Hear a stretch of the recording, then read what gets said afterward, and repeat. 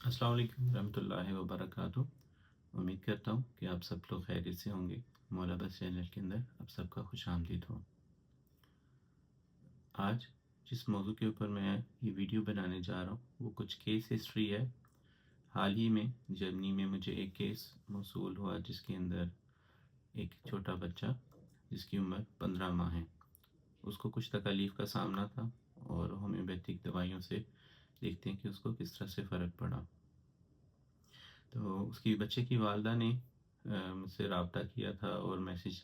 जो मैं भेजा था वो मैं आपको पढ़ के सुना देता हूँ कि हम चाहते हैं कि बच्चे की होम्योपैथिक दवाई लें। मेरा बेटा 15 माह का है। डॉक्टर ने कहा है कि उसको डर्मेटाइटिस है, उसकी गालों पर कभी कम हो जाता है और लेकिन ख़त्म नहीं होता। तो आज हम डॉक्टर के पास गए थे और उसको कब्ज़ भी बहुत ज़्यादा है, जल्दी बीमार हो जाता है और ये कम पानी पीता है जिसकी वजह से इसकी पेशाब में बहुत ज़्यादा बदबू आती है और ये चलता नहीं है। तो जब इनकी वालदा से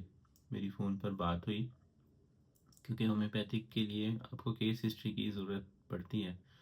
तो तब उन्होंने बताया कि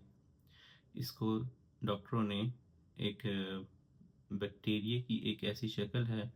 जो कि मुख्तलिफ़ बैक्टीरियों से मिलकर बनती है, वो भी डॉक्टरों ने डायग्नोस किया। अभी क्योंकि बच्चा ये 15 माह का था जिसकी वजह से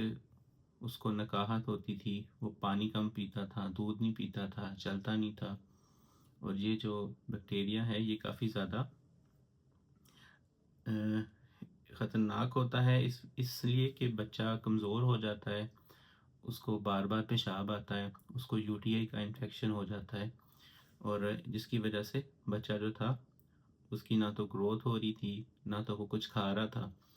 और वालदा का ये कहना था कि जो बच्चा है वो अगर दूध पीता है, तो हम पहले ये समझ रहे थे कि शायद बच्चा इसलिए नहीं दूध पी रहा कि दूध उसको सूट नहीं कर रहा, लेकिन वो बैक्टीरिया की वजह से जो बच्चा है वो उसके मैदे के अंदर कोई चीज़ नहीं ठहरती थी। तो इस बैक्टीरिया का नाम है 3MRGN।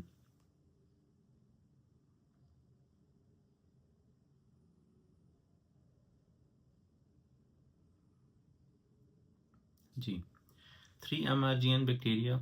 ये 3 मुख्तलिफ़ किस्म के बैक्टीरिया से बना होता है जिसके अंदर ई कोली भी शामिल है, फिर और भी 2 बैक्टीरिया जो हैं वो इसके अंदर शामिल होते हैं और इस मसला ये होता है कि इस बैक्टीरिया के ऊपर कोई भी जो होम्योपैथिक दवा असर करती है लेकिन एलोपैथिक दवाई कोई असर नहीं करती,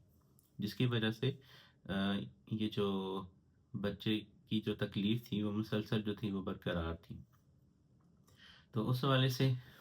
बच्चे की जो डर्मेटाइटिस थी उस हवाले से उसको दवाई दी गई और जो दवाइयाँ उसकी अलामात के मुताबिक थी वो बच्चे को दी गई और तकरीबन 2 हफ्ते के बाद बच्चे की वालदा ने रब्ता किया और उन्होंने कहा कि डॉक्टर ने बताया कि उसको ये तो 3MRGN बैक्टीरिया की शिकायत थी, ये ठीक हो गई है, बच्चा अब बेहतर है और बच्चा जो है वो अल्हम्दुलिल्लाह चलने लग गया।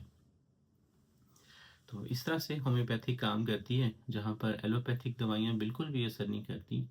जब हम इस बैक्टीरिया का सर्च करें तो हमें ये मिलता है कि बैक्टीरिया शायद ऐसे बैक्टीरिया से मिलकर बनकर उनका मजमूआ है जिन पर कोई भी एलोपैथिक दवाई जो है वो असर नहीं करती। लेकिन होम्योपैथिक दवाई की चंद खुराकें,